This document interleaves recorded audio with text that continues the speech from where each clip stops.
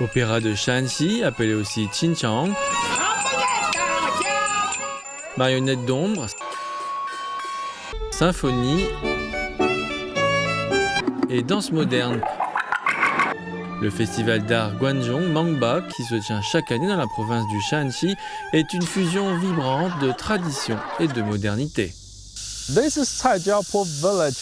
Voici le village de Caijiapo, situé dans le chef-lieu de la province Xi'an, où se déroule le festival d'art.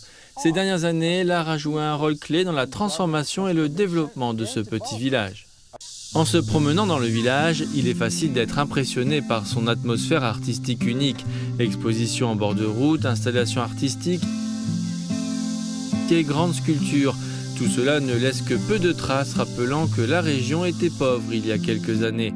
Cette initiative, prise par une académie d'art, a non seulement revitalisé le village en attirant des artistes et des touristes, mais également créé de nouvelles opportunités commerciales pour les villageois.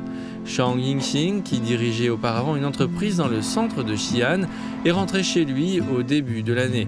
Il a transformé une partie de sa maison en restaurant où il vend des nouilles, une spécialité locale.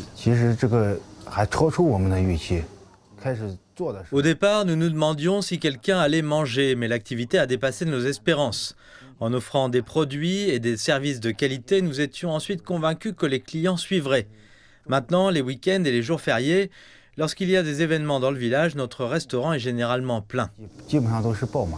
Situé à juste 10 minutes de route de Caijiapo, ce village connaît lui aussi des changements spectaculaires en accueillant de plus en plus d'entrepreneurs désireux de lancer des entreprises créatives.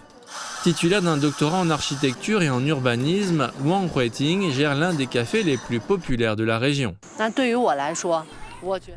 En ce qui me concerne, j'estime que ce que je fais aujourd'hui est plus utile que de concevoir un grand projet dans la ville ou de planifier un quartier entier. Avec son design unique et ses plats et boissons aux saveurs particulières, son café attire près de 100 000 visiteurs par an. Nous ne sommes pas venus ici en tant que groupe d'élite culturelle urbaine pour imposer nos méthodes aux villageois locaux. Nous sommes totalement opposés à cette approche. Au contraire, nous travaillons avec eux pour explorer ensemble de nouvelles possibilités. Selon le chef du village, le revenu par habitant en 2023 a atteint près de 3 300 $, soit 3 fois plus qu'il y a 5 ans. Ensuite, nous utiliserons pleinement les ressources inutilisées du village pour attirer davantage de jeunes talents. Nous ferons également de notre mieux pour les soutenir. Au début du mois d'août, une communauté pour les nomades numériques a été créée à Liyuko, rassemblant des jeunes de différentes régions du pays. Ces nouveaux villageois au parcours diversifié devraient favoriser la poursuite de la transformation du village.